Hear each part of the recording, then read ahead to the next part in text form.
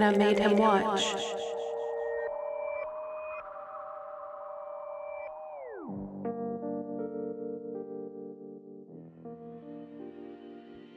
Hello and welcome back to And I Made Him Watch, the podcast where I make my husband watch movies of all shapes and sizes. I'm your host, Danny Page, and here with me forever and always, a man who wishes I'd put my movie tastes back in a box. My husband and filmmaker and co-host, Troy Allen. Would you like to tell the listeners what I unleashed upon you this past week? Okay, so get this, right? Imagine John Constantine, right? Except instead of chasing down demons, he's chasing down a baby. Okay, I get it. I see it. And that baby will fuck you up, dude. Oh yeah. No doubt, hands down. Okay. Anyways, if you ever wanted to watch a movie that would make you question your desire to have children, the It's Alive trilogy will help with that. We watched It's Alive from 1974. We did. It's a movie that sparked two more sequels after that, called It's Alive Again in 1978, and then It's Alive 3, Island of the Alive in 1987, and we'll be watching the next two over the next 2 weeks. God. Yeah. No way. He didn't know that until now. So, yes. Well, if you're looking for any more reasons for the desire to punt a baby, look no further than this movie. It's definitely not an easy watch. I don't know if it's an easy watch or a hard watch. It's just kind of meh if you just watch it at like a surface level. But when you really like start to think about it, it can be kind of an interesting discussion, I feel like. I mean, in my personal opinion, it's kind of like the parts where you see the baby are good. Everything else is like, come the fuck on, man. So that's what you mostly are judging this by is the. Yeah, baby cool. Everything else not so cool. So okay, mutant baby. That's what you came here for is the mutant baby. Hell yeah. Okay, yeah. Hell yeah. Well, this is another Larry Cohen movie. Yeah. So it doesn't disappoint on some aspects, but on other aspects, this movie it's questionable. Cohen at this point was no stranger to filmmaking. Mm-hmm. Throughout the 60s, he did a lot of TV stuff. He wrote for NBC.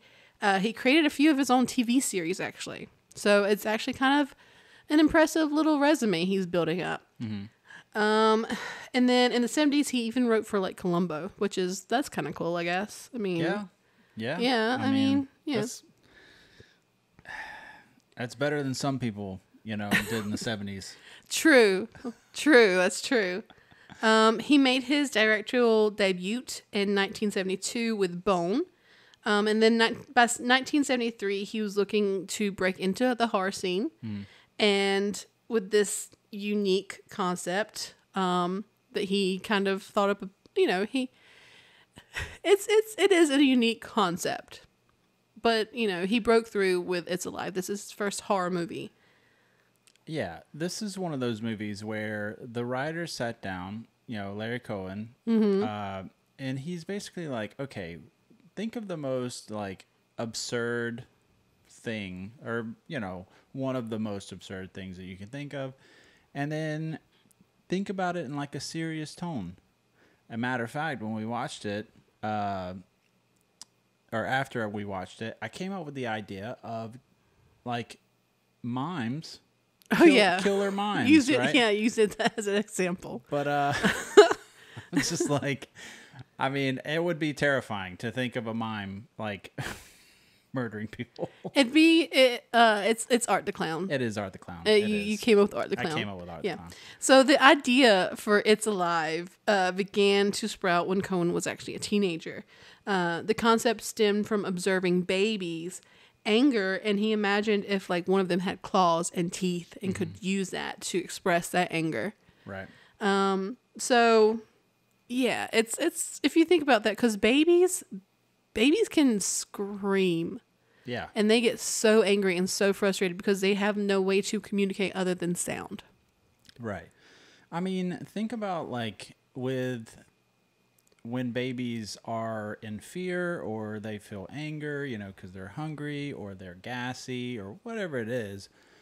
And if they are actually able to like, you know, act on that fear, you know, like if a baby could legitimately just fucking like cut your throat or something, some shit like that. Yeah. And you're just like, fuck, dude. I'm dangerous. Over here. Yeah. It's like a baby with a knife. Yeah.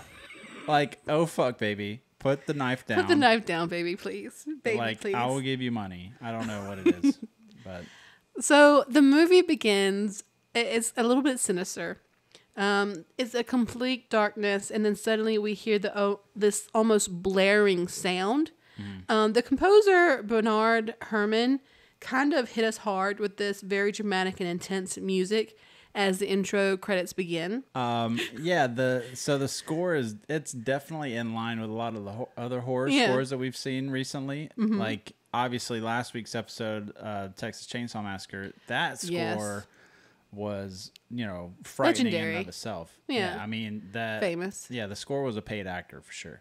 But this movie definitely had a score that's definitely comparable to what we've seen. So, yeah, these as we're kind of like floating in this darkness, these small and blurry lights begin to appear in the darkness, and then more lights, and then even more, and they begin to move around the void and change shape a little bit, even some appearing to have tails.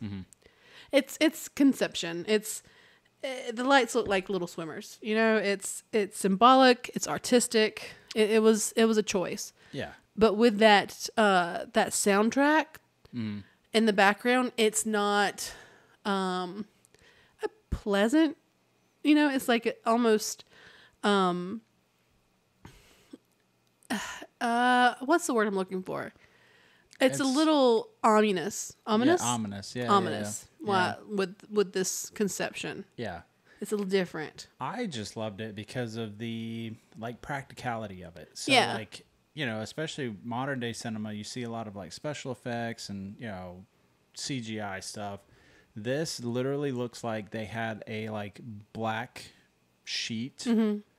And then they had people with like flashlights kind of shining them around. And I was like, dude, that is so fucking smart, you know? I mean, because talk about like shooting a movie on a budget, you know? So, I mean, this budget wasn't a tiny budget, but you know, we'll probably talk about that later. Yeah. So we are introduced to the Davis family just as the symptoms of labor hits Lenore, portrayed by Sharon Farrell. She's in bed with her husband, and she wakes Frank, played by John P. Ryan, from his sleep. She, you know, birth starts. She's like, it's time.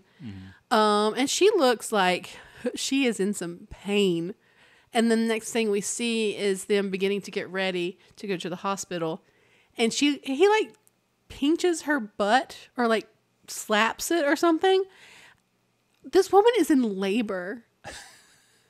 Why would you do that? She is literally in labor. Yeah, dude. Like, I mean, it's cute, I guess, but it's still kind of like, keep your hands off of her for just like 2 seconds. Yeah. Yeah. Very cute. Very demure. Yes. It's very nonchalant. It's a couple. They seem very happy and very ecstatic for this baby too. Yeah. But it's like, bro, she's closed for business, bro. You know? She's literally got a baby coming. Yeah. So calm down. It's questionable behavior. I mean, to each their own, but I would be like, don't touch me. Don't touch me. Frank then goes to wake up their first child, 11-year-old Chris, played by Daniel Holzman, to drop him off at Charlie's, a friend of the family's, so he can go to school from there. Chris seems super mature for his age. He right away picks up what's going on and is super agreeable and understands, what he needs to do. He doesn't complain about not being able to go to the hospital. Doesn't pitch a fit about anything. He's like, okay, mom's, be safe. And it was also cat, which I'm not sure that's how you use a cat, but dude, I don't know. The cat part was awkward, but this cat, dude, I love this cat. Cat was a paid actor for sure. For sure. And also, Chris seems like he's seen some shit. He has that old kind of maturity to him. It's interesting. Nah, Chris looks like he just got back from Nam or something. Just wow. Sensitive subject. Sensitive subject, please. I mean, it's like the 1974. So yeah, I mean, yeah. Granted, he is 11, so probably a little too young for that.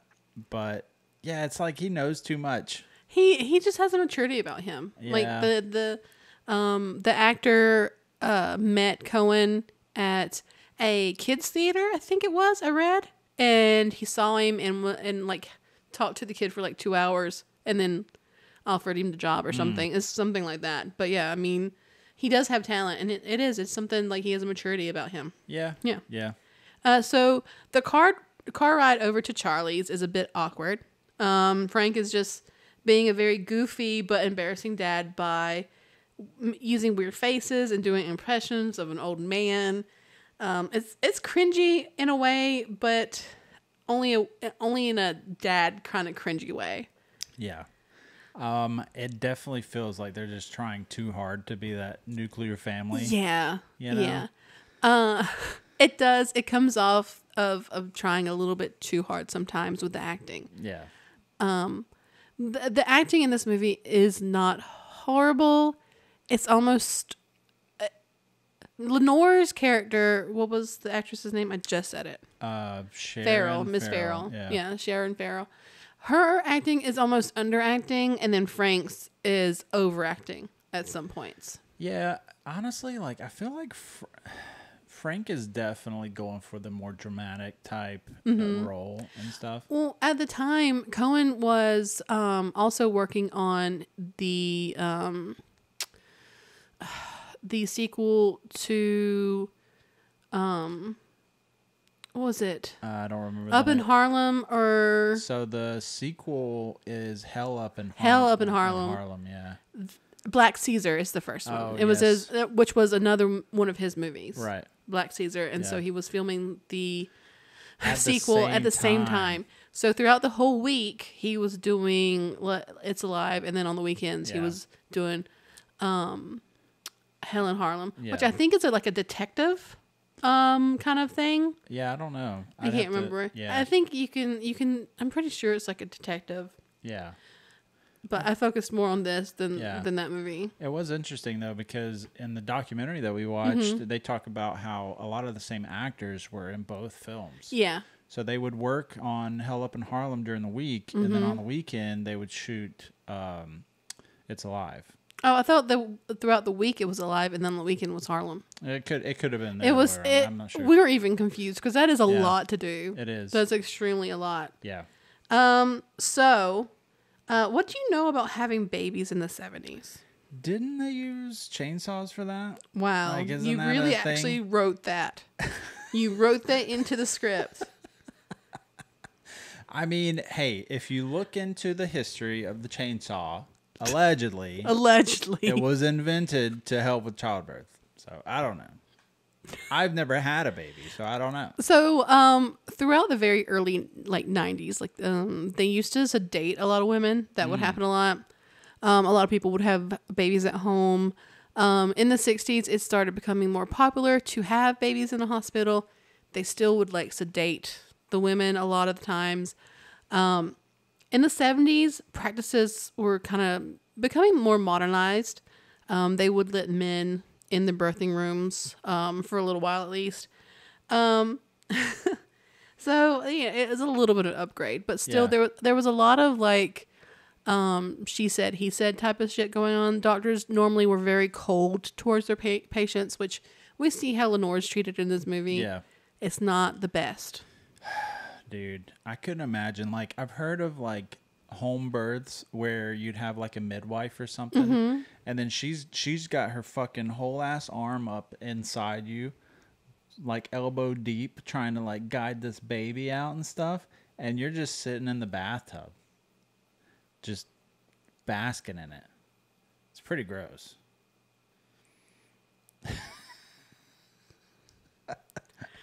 Oh my God. Oh, I can't. Why would you? The miracle of childbirth, folks. As soon as Lenore and Frank arrive, they're separated pretty much. Lenore is taken back to the labor room, and Frank hangs back and looks at the new babies. And you don't realize it at first, but he just kind of like is looking at his babies and start randomly like kind of talking to himself about the wee cuddies and the wee cubs, which are terms of endearment of like Irish to like babies and stuff, to baby girls and baby boys. And apparently the nurse, he's actually talking to a nurse who's Scottish, who speaks Gaelic. And there's this whole transition about like his mother being Irish and this nurse is Scottish and they're Gaelic. And he's a very ecstatic and excited father. He's got a lot of energy and he's just kind of like blabbering. I'm just like, bro, those aren't even your babies, dude. He was just staring at them. Relax. Dude. I mean, that's what you could do back in the day, is just like go up there and then stare at the newborns. True. I think what I was so confused about during this scene was like he's trying to speak in this like sort of Irish accent a little with the wee cubby stuff, but the rest of the movie he's speaking in an American accent, and I'm just like, yeah, like he was just doing voices. I know, but pick one, bro. Like, just pick one. It's not hard. He did. He picked his American accent. He's his normal dad man accent. Man. Man. Man kill baby. Man kill baby. Frank is then allowed to be to see Lenore and be by her side, but not for too long. God forbid. Lenore's having some difficulty with the birth. And she even says that it's different from Chris and that the little guy is going to kill her. And then Frank is manned to the waiting room. Yeah. Yeah. Honestly, though, good. Because Frank being there was stressing me the fuck out, bro. I'm like, bye, Felicia. Get. No one says that anymore, baby. I do. Okay, you can say that, baby. Yeah, okay. You can say it. That's fine. Frank is the bad guy. Okay. Okay, that's a concept. Yes. Yeah. Okay. So in the waiting room, it's just full of awaiting husbands. They complain about waiting. They talk about business. Talk about snails. Apparently, Beverly Hills has a really bad snail problem. Their words, not mine. I mean, it's too bad they weren't talking about like monster trucks or something, because monster trucks are pretty cool. Okay, I mean, I've never been to like a monster jam, but that'd be pretty sick. Also, they talk about playing poker, but then they never actually play poker. And there's this one dude who's trying. At first, he's at the drink machine trying to get something to drink. It steals his money, and then Frank gives him money to replace the 50 cents he lost, and then he tries to put it in the candy machine, and he loses his money at the candy machine. It's like a little background thing going on, which I thought was kind of cute, little detail. Yeah. I mean, it would have been super cool though if we had like a Maximum Overdrive crossover where the vending machine all of a sudden tries to just starts trying to kill this fucking baby. Where are you today? I don't know. Where are you? Come back to me. Come back down to earth for a little while. Listen, I'm having a good old time. Oh, I'm glad. Okay, fine. I hope you all at home are having a good old time too, because this is a blast. Okay, good. Okay, due to Lenore's difficulties, the doctor has strapped her down because he's going to have to use the forceps to help the baby come out. He's thinking this thing's going to be like 10 to 11 pounds. That sounds awful. Why would you do that to yourself? Also, the doctor is very dismissive of Lenore, like, the whole time. Yeah. And it's very horrible. Like, I feel so bad for Lenore about what's about to happen to her. Dude, and how she's being treated. She's on this fucking table with her legs up in the fucking the stirrups. Yeah. Tied down, and she's trying to push a goddamn watermelon out. It's like, hey, you could at least say some, encouraging words to her, I don't even remember what he said. It was just so... Well, she keeps saying, like, there's something wrong. And she's like, he's like, nothing's wrong. This is normal. You've done what you can. Let me do my job now, or whatever. Yeah. Dude.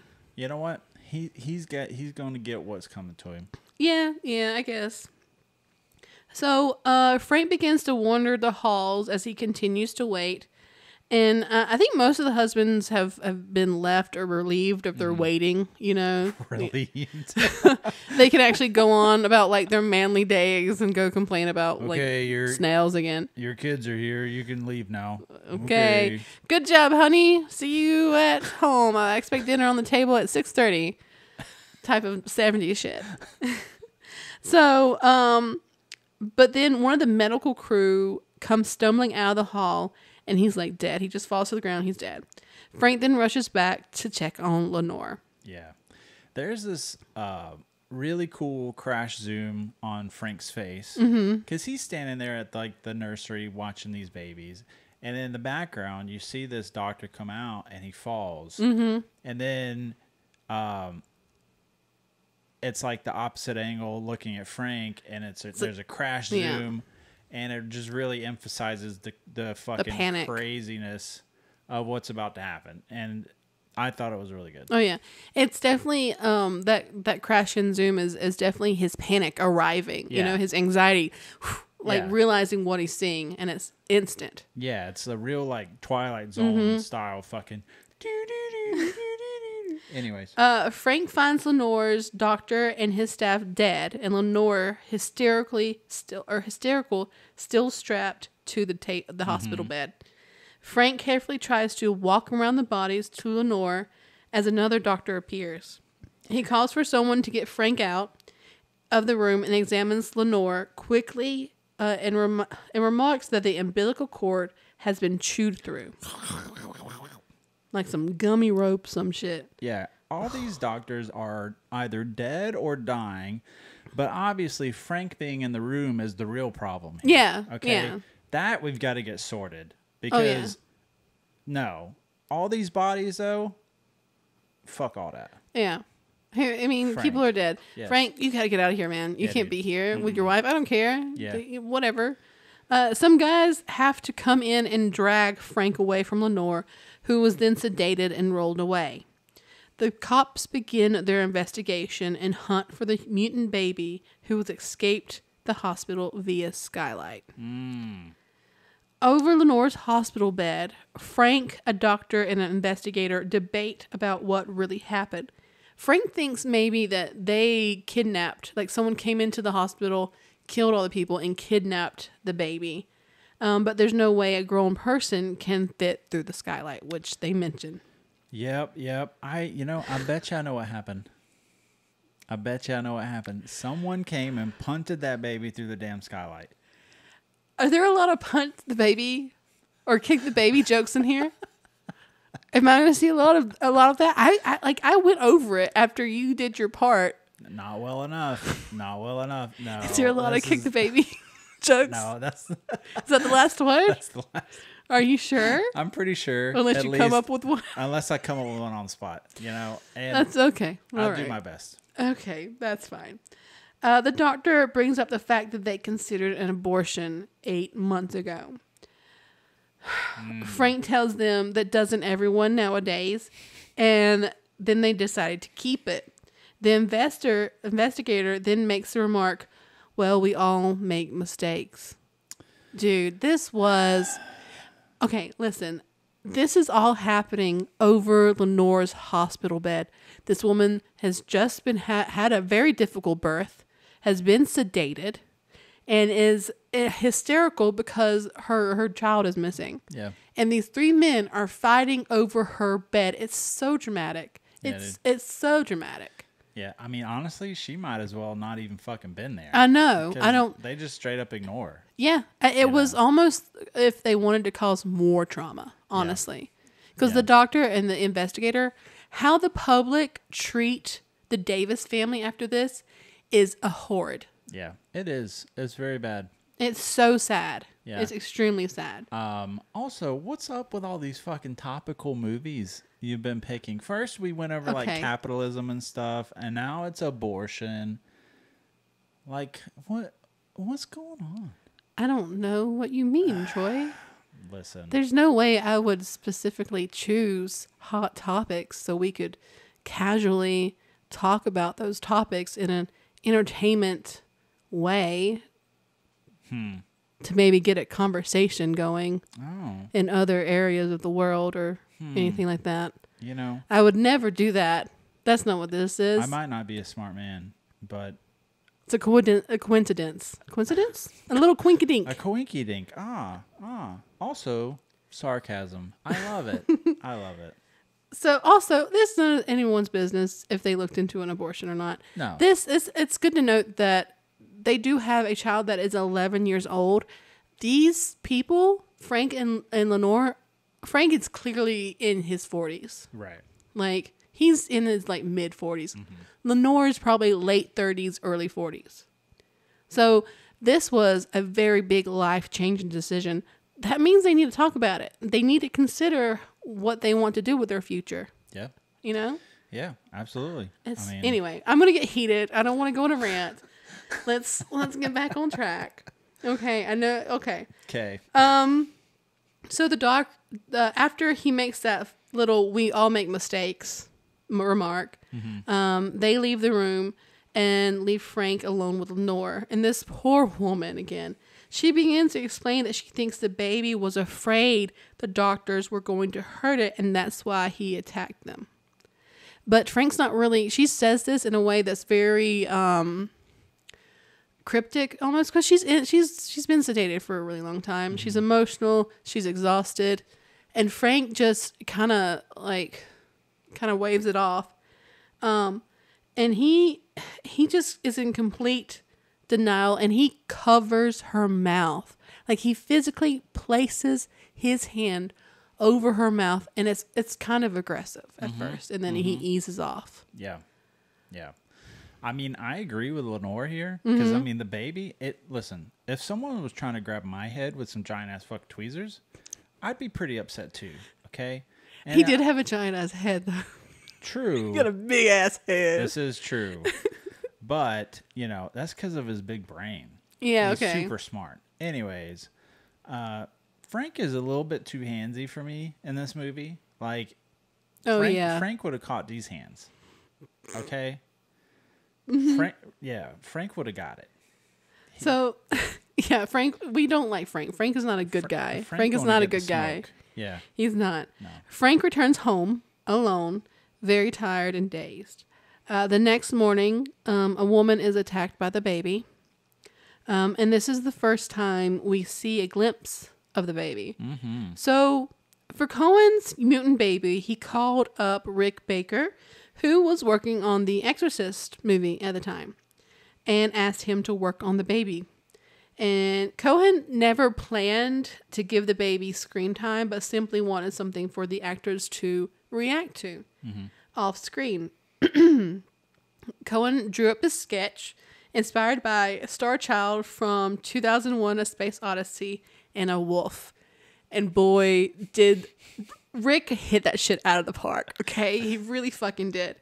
Rick then created this mutant tyke along with a mask and some clawed gloves for close-up shots and movement shots.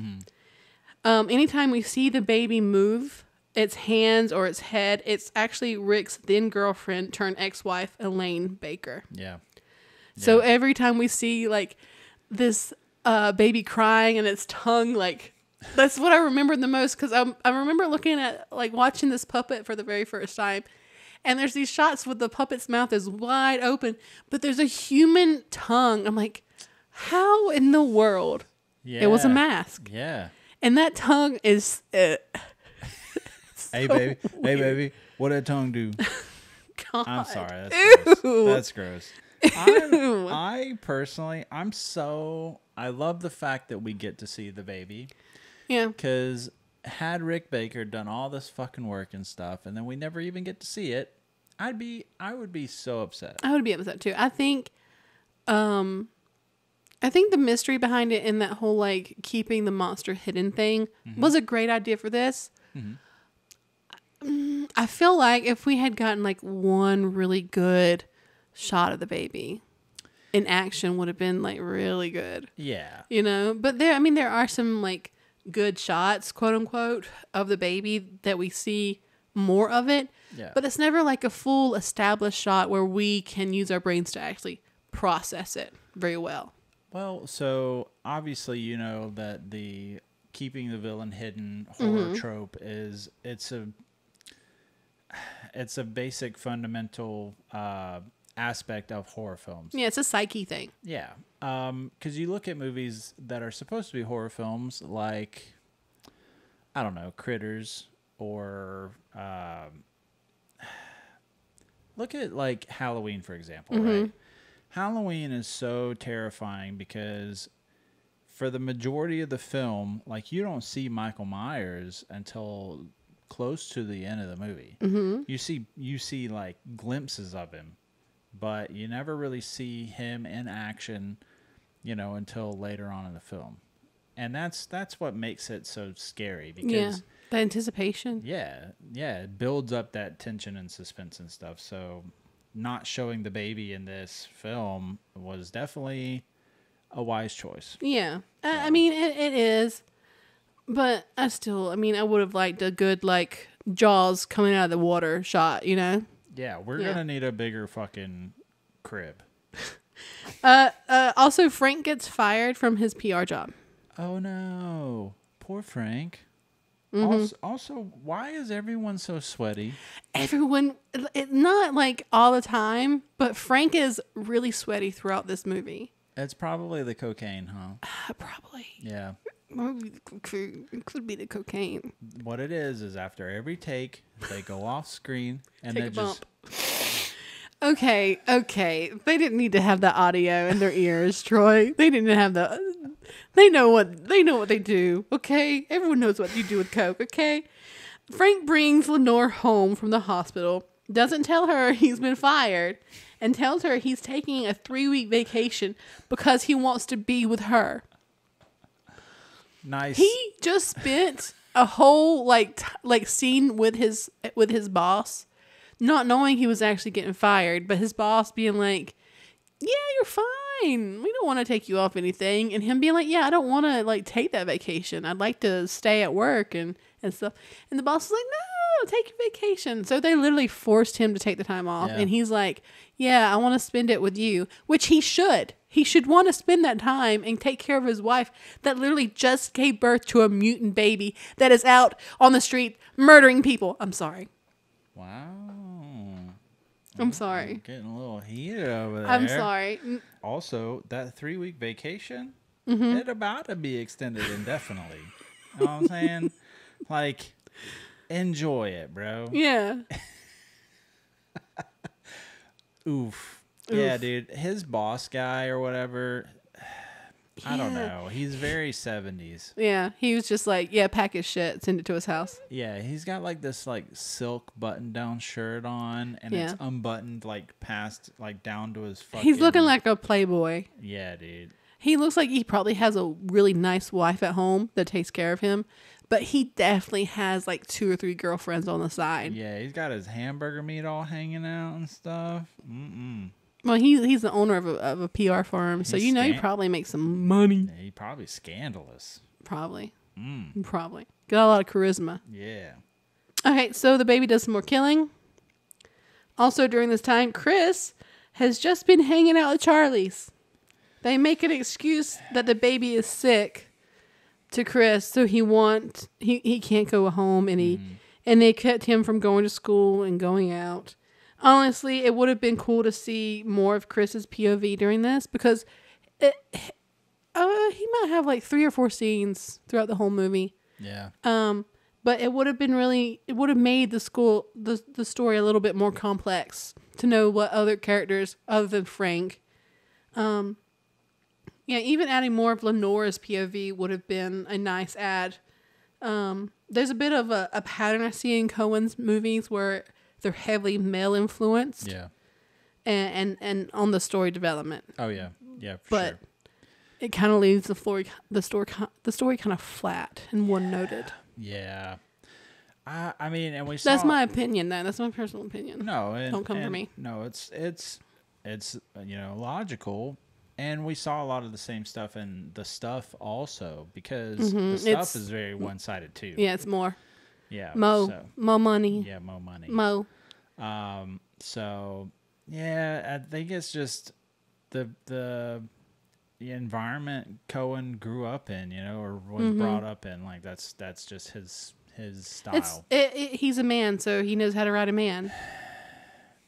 It's true. Yeah. That's exactly what it is. Which I'm not saying that's a horrible thing or anything, but having a male lead is great. Fine, whatever. Right. We've seen it a million times anyway. But adding details to your side characters and involving them more into the story, just even like a slightly itty bitty bit more, just adds a little more complexity to it. Adds another level. Yeah. It's worth it, I feel like. Yeah. But so one of Lenore's nurses tries to secretly record her trying to interview her candidly. Frank's kind of starts to be more hostile a little bit towards Lenore, and kind of like starting to blame her for what happened to the baby for some reason somehow. Yeah. Also, the interior design is kind of fire, actually. They have like this very 70s Asian inspired decor and like this paper, they have this paper screen for the headboard and it's just giving. It's just so nice. I love it. It's so cool. It's such a cool idea. Sorry. He slaps her at some point, doesn't he? It's later in the movie. Oh, okay. Yeah, he does. Well, so Cohen just does such a good job of painting Frank as this like womanizer and stuff.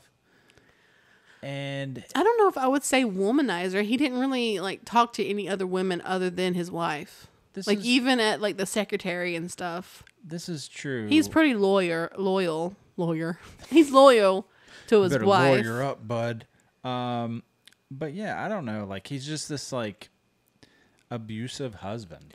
I think it is the type of abuse that was socially accepted during this time. And also, no abuse is ever socially acceptable at any time. It shouldn't be. But what I find interesting though is like in the beginning of the movie, they're trying to be this like nuclear family, right? He's joking around in the car on the way to the hospital and all this stuff, and then as things slowly crumble, he becomes more and more abusive through the film. And yeah, I mean, I don't know. It's kind of interesting to see his It's because he doesn't want to put the work into processing what's happening. Right. It's much easier to pretend like everything is fine and to be more angry and aggressive towards things than to be emotional and vulnerable. Yeah. Yeah. And that's Cohen got that really well. Yeah. Wrote the character. The character's not bad. Right. The execution and the writing is a little... It doesn't matter. It's over now. We've seen this movie and we don't have to see it again. We listen and we don't judge. We listen and we don't judge. The baby kills a milkman. There's some political and business stuff going on in the background of the movie around this whole wild ride.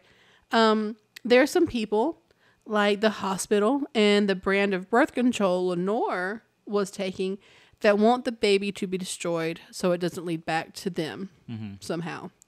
And then there's also the scientist guys that want to observe and study the baby, who Frank signs his rights to the baby over to. Right. And Lenore witnesses that. Yeah. And she looks like she broke. It's not a very dramatic scene. Frank is in the like living room, the den Yeah. with the scientist guys. Right. And they're going over like, we could, figure out what happened to it and what are you going to do with it or how are you going to take care of it, blah, blah, blah. And he's like, you just want me to sign over it or sign it over to you? Yeah.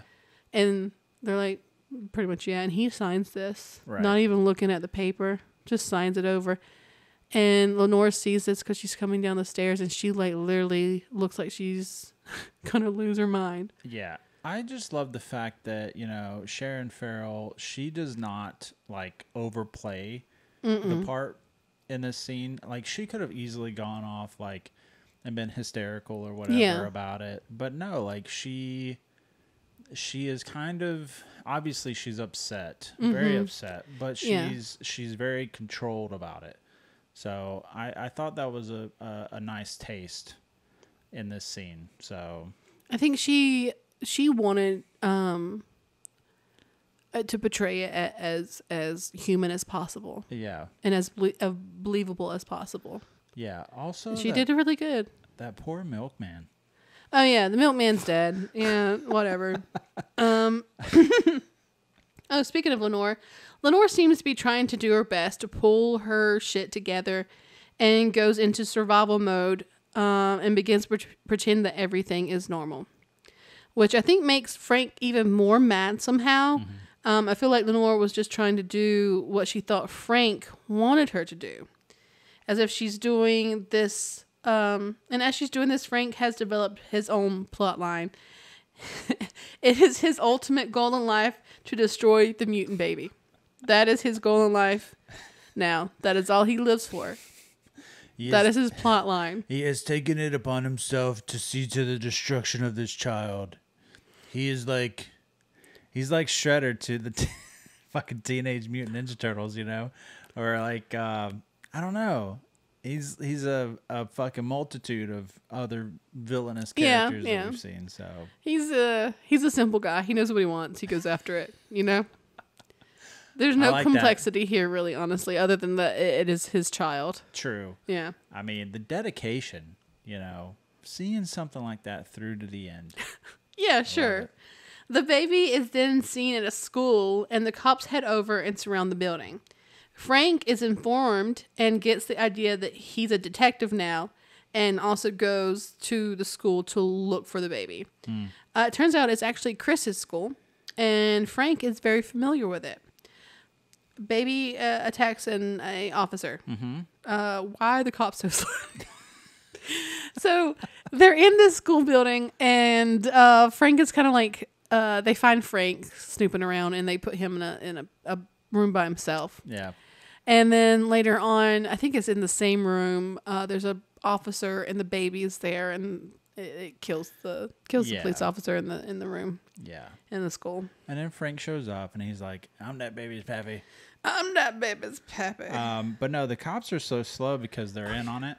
Yeah, somehow like they hear something or something gets their attention, and they run down the hall because it's a school. There's a long hallway with like several rooms in it, and it's literally maybe 3 rooms down, and they are just taking their time jogging softly towards the room. I think that they know the baby and they're in cahoots with it. Okay, matter of fact, they're probably the same cops that investigated the murder of Kurt Cobain. Tell me I'm wrong. You're wrong. No. You're wrong. You don't know that. Yeah, I do know that for a fact. That is, you are wrong. Nice try. Late at night and back at home, Frank is having trouble sleeping. He finds Lenore downstairs watching TV, and he questions her, but she's still a little delulu and ignores his questioning. He then stumbles across 5 empty milk jugs. His go-to is that Chris has been home and thinking maybe Chris who drank all the milk, because he begins to ask Lenore, like, is Chris been here? Like, why is Chris? Why? Frank's like, who drank all the goddamn milk? Who drank all the goddamn milk? 5 jugs. This movie is really just a giant fucking milk commercial. Yeah. It's drink your milk or the mutated homicidal baby is going to get you. You better drink it fast or the mutant homicidal baby's going to drink your milk. Chug, chug, chug. Frank starts to look for Chris and finds his room a mess. Frank kind of like half-heartedly like starts to clean it. And then we get a POV of the baby who is actually in the same room. Yeah, I don't feel like it was that messy when Chris left it. No, it was definitely... It's the baby. Something was in there. It's probably the baby. It's throwing just one giant fucking temper tantrum. Yeah. The baby needs a timeout. The baby needs attention. The baby needs attention. Frank goes back to Lenore and questions why she's watching cartoons now. And Frank then calls over to Charlie's to check on Chris. Yeah. So... Lenore, like, sees him grab the phone and she freaks out and is like, who are you calling? Don't call anyone. No, don't call anyone. And he just, like, whips, like, tears the phone out of her hand and just, like, talks. And he calls Charlie and Charlie's like, do you want to talk to Chris? And Frank goes, no, I don't want to talk to Chris. And then Charlie hands the phone to Chris. And Chris is like, can I come home? And Frank hangs up on him. He just hangs up on this child. Like, what this the hell? Time, Great dad. Frank's just like, fuck them kids. I don't know goddamn kids. I don't know. Yeah. I mean, and Lenore is losing her fucking shit, dude. I don't blame Lenora. No, Lenore. I don't blame her either. But at the same time, like, she probably gonna need some counseling or something after this. Yeah, she tries to distract Frank by telling him to make love to her and that there are other ways. Girl has lost it, and then she's like, "Let me get the ice." Lenore, what do you need the ice for? What do you need the ice for, Lenore? What are we icing? Yeah, you kinky. Girl. It's maybe been 3 days. She don't need no ice. She needs. You had a monster baby. Yeah. It ain't good down there. It's gonna look like a good down there. No. Some lasagna. No, okay, we gotta cut that out. That's not making the final cut there. That was gross. Lenore, you don't need no ice. What you need is some damn Ativan or some Xannies. Fucking therapist. Like you need a therapist. Yes. Charlie discovers that Chris has run away and is heading home. Frank begins to lose it a bit and begins to hunt for the baby he expects is somewhere in the house with a gun. It's like Predator, right? There's something in the trees, man. The baby's in the trees? I wouldn't put it past him. I think that baby could probably climb a tree. Fucking Frank's like, you're an ugly motherfucker. Chris arrives home and sneaks in through the basement. Lenore tries to plead with Frank not to kill the baby, and she tries to really humanize the baby, like saying, you know, he could have killed you while you were sleeping upstairs, and, you know, it's a boy, it's your baby, and, you know, yada. I mean, it really is a face only a mother could love. Honestly, yeah, it really is. It's not a nice looking baby. It's not. It's still a baby, but it's a mutant baby. I mean, imagine having a baby, but its head looks like one testicle. A very veiny testicle, veiny, like bulbous with fangs. Yeah, with fangs. Teeth.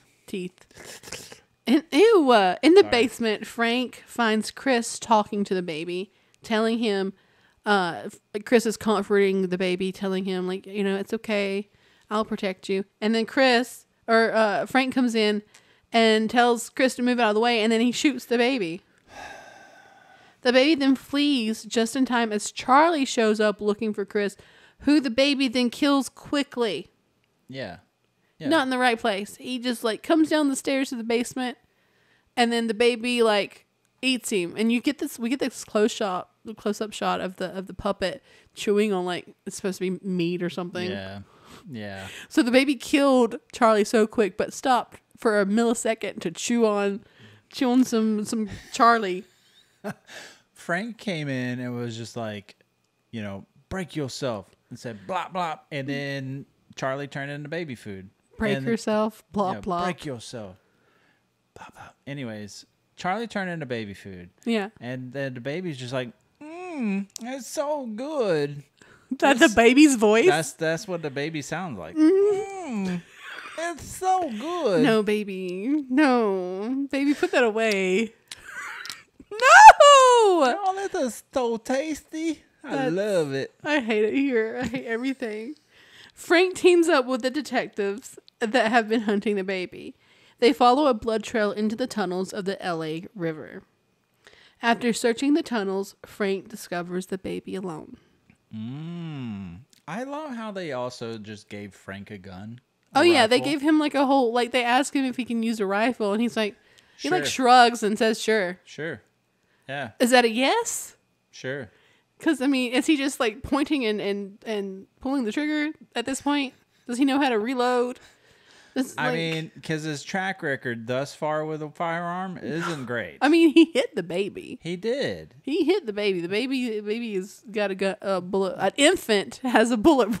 Yeah, I just wanted to sad. point out. I shouldn't laugh at that. Let's not deter us from the fact that he shot a baby. Okay. That's not something to be proud of. No. But I mean, he's aiming for it and he shot it. This is true. That's my point. I'm not happy he shot a baby. I don't want any babies to get shot, mutants or otherwise. Accuracy-wise, sure. Okay, I got it. But still, it's a baby. Anyway, speaking of, and here in this moment, when Frank sees the baby for the first time, he finally connects with it. He has this realization that even though it's a murderous mutant baby, it is still his son. Yeah. Now may be a good time to ask the metaphorical question. Would you kill baby Hitler? See, here's the thing with timelines. We are already on a definite timeline. We are moving forward through time, okay? If in some way possible, we do move back in time and someone can travel to, let's see, what was that, like 1890s? When was he like born? Like late 1800s. Yeah, it was the 1890s. Yeah. So travel back to the 1890s and kill Hitler. You're not going to continue on the timeline you were on already. You are creating a branch. You are creating a different timeline. So everything that the world has experienced in your original timeline will continue to experience that and continue forward without you. True. But now, since you're back in time, you're starting at that point. True. And creating a new timeline. So would it be worth it? No, it would not be worth it. Probably not. Because there's timelines out there that Hitler didn't exist. Yes. Some other horrible bastard did. But, here we are. Topical. Anyways. Does that answer your question? Do we need to go over wormholes and the fabric of time and the folding? I think that falls outside of the scope of what we're... We can go into it if you want. What this episode entails. Okay. So at some point after waiting, they call Lenore in. So she's there when they start chasing Frank around the tunnels. And he's holding the baby and everyone starts to shout at him. And so he finally he makes it out of the tunnel and they have their guns drawn on him, screaming. Everyone's screaming at him. The cops are screaming at him. The hospital people, the detectives are screaming at him. The scientist guys are screaming at him. And he's just holding this baby who is screaming as well. True. And he just kind of finally throws the baby at one of the guys who catches it, but then all the cops shoot at the baby and the guy, killing them both. This movie is exhausting. Also, I would like to point out that he just threw the baby. He didn't punt it. Okay? He just threw it. So close to being finished with this movie without another kick the baby or punt the baby joke. We were close. We were so close, but Troy. to no avail. Yeah. Okay? Okay. I don't even know what to say anymore, to be honest with you. It's a very it's an ending, I guess. It is an ending. I don't even know who he actually threw the baby to. It was either the detective or one of the scientist guys. I think it was not the detective, because the detective was the blonde-haired guy, right? Yeah. It was the other guy, the black-haired guy. I think that's one of the scientist guys. Okay. I think. There's a lot of people who wanted their hands on this baby. Sure. Or just to destroy it or something. But either way, so he throws the baby. Every cop there just follows the baby in their sight, shooting at it until it lands on this guy who catches it, and they shoot him, and they fall to the ground and then die. Yeah. One of the detectives begin to drive Frank and Lenore home, and then tells them another one has been born in Seattle. And that's the connection to Kurt Cobain. That's his connection to that's how his mind got there. That's why he made the Kurt Cobain jokes earlier. It's because Seattle. It's Seattle, bro. Like, tell me I'm wrong. I'm not wrong. Listen. Anyways. I know we find this movie comical because the actual event of having a mutant baby that just has the ability to understand and the concept of murder is wild. It's an impossible thing. Mm-hmm. But the way Cohen shot this movie so seriously makes it less comical and really makes you kind of think about if this were to happen to you. Right. Yeah. And it's kind of like it's like watching the stuff, like, you know, as something as comical as this white gooey shit coming out of the ground, you know, how am I supposed to take this seriously? Mm-hmm. But he has a way of doing it. Yeah, he does. So I can't be mad at him. No, I mean, no one's mad at Larry. No, we're not mad. I'm not saying I am. We're not mad at Larry. I'm just saying, like, there's things that maybe perhaps could have been a little bit better, but yeah.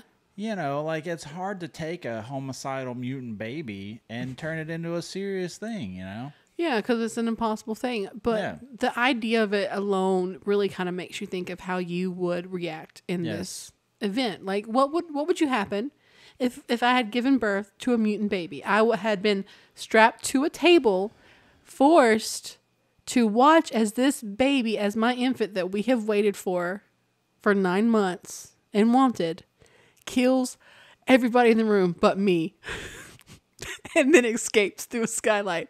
Like, what? Like, that's insane. That is an insane concept. I would simply just say, you guys are never gonna fucking believe this, okay? I have the coolest fucking sideshow, right? 10 cents a pop. You come see it, okay? We're not making our mutant baby into a sideshow. We could travel the country, bro. That'd be so bad. We're just stopped on the side of fucking Don't Route objectify 66. our non-existent mutant child. Is that a money scheme? I feel like 10 cents is too what? Low. Stop. $5. Cohen kind of hit the ground running with this one, trying to get out there. The film made several appearances at some film festivals and got a lot of success at the Avoriaz Sure. Fantastic Film Festival, winning the Special Jury Award, actually. Nice. And I think it was 1975. Oh, cool. Well, good for him. I'm glad. It wasn't a hit in America, but Singapore, it was a hit. It was a box office hit in Singapore. And at the time, even became the very, even at the time with the very minimal publicity Warner Brothers gave it, it also was at one point the second grossest movie for, I think, Warner Brothers at the time. Yeah. The first one was what? My Fair Lady? It was My Fair Lady, yes. Mm-hmm. Yep. So yeah, highest grossing Warner Brothers film. Because it made like 30-something million? Yeah. Yeah. Yep. So then Warner Brothers had a shift of power in 75 or 76. Mm-hmm. And Arthur Manson became the VP of marketing and gave the film a second life and really promoted it as it should have been. And gave the film a second wind of $38 million. Yep. Yeah, that's some big bucks.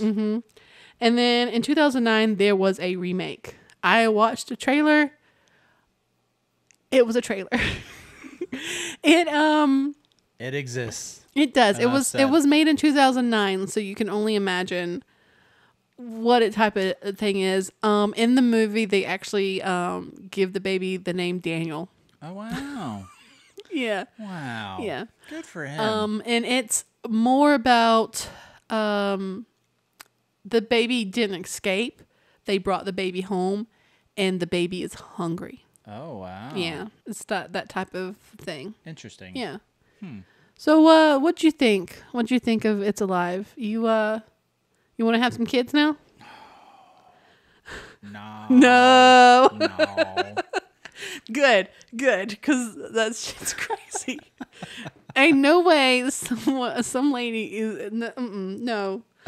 Half her arm? Yeah. That's crazy, dude. I don't fucking know. Oh, man. Like I said, I've never experienced the miracle of childbirth. No. So, I don't know. But, I mean, as far as this movie goes, yeah, not the greatest movie I've ever seen. I'm sure the second one's going to be much better. Yeah, because sequels usually are. Yeah, yeah. I mean, honestly, though, like, I'd probably give this movie like a 5. Really? Maybe. Yeah. Yeah, I mean, it's a very meaty, middle of the road type movie for me. It is. It's also a very 70s movie. Yes. So it is very questionable on its morals and social constructs. I'd give this one a 4.5.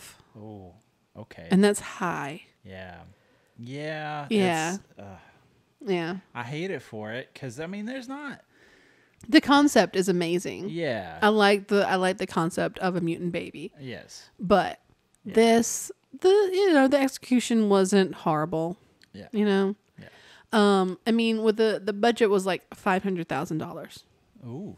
Yeah, so it wasn't a tiny budget. No, and considering the fact, I mean, it made $38 million. Yeah. Yeah. That's a huge return. Well, it took a little oomph and a little promotion. Some money had to go into the promotion of it. True, definitely, for sure. But I would imagine they still wound up coming out on top.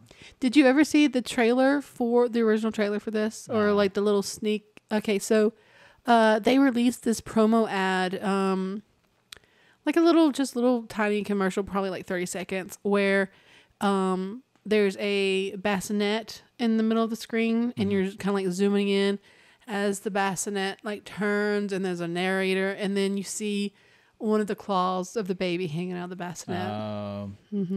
I think we saw a clip of it in the documentary, maybe. Yeah, I think it was in the documentary too. Yeah. I mean, that is kind of a spooky, creepy. Oh yeah, concept, it definitely delivers a message. Yeah, and that definitely, that would get that would perk my interest. It's like there's a bassinet, and you wholly expect there to be a baby in it, but then you see the claw, and it's like, ooh. Yeah, and the tagline is something. The only thing wrong with the Davis's baby is that it's alive. Yeah. Yeah. Yeah. And that was It's Alive. Yeah. By Larry Cohen, 1974. Very, very nice, good times. Yeah. It was fun. It was fun. It wasn't a bad movie. No. I'm looking forward to watching the next one. Aren't sure you? you are. I'm sure you are. Yeah, of course I am. Yeah. Yeah, he is. Okay. Well, that about wraps it up for It's Alive. Mm-hmm. Join us next week when we watch the sequel. Yep. And I'm sure it's going to be a hoot. Also, an announcement.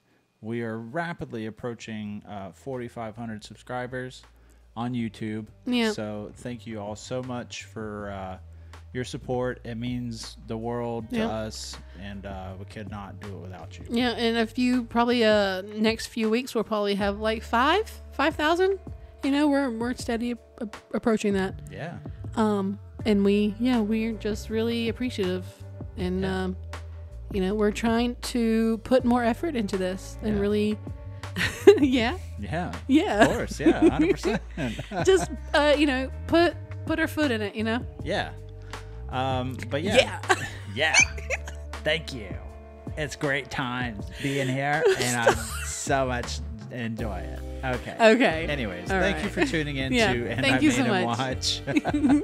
You can catch this episode as well as all of our other episodes on YouTube, Spotify, anywhere else you get your podcasts. Be sure to subscribe to their Patreon, where you can catch these video episodes exclusively. You can also find us at our website, www.andimadehimwatch.com, all one word. Just swing by. Shoot us a message. Yeah. You can find us on Facebook, Say Instagram. hello. Leave a comment, please. Yeah. You can also find us on Blue Sky. We're always looking forward to hearing from our loyal listeners. Yeah. So with that, we will bid you adieu. And as always, stay spooky. Bye.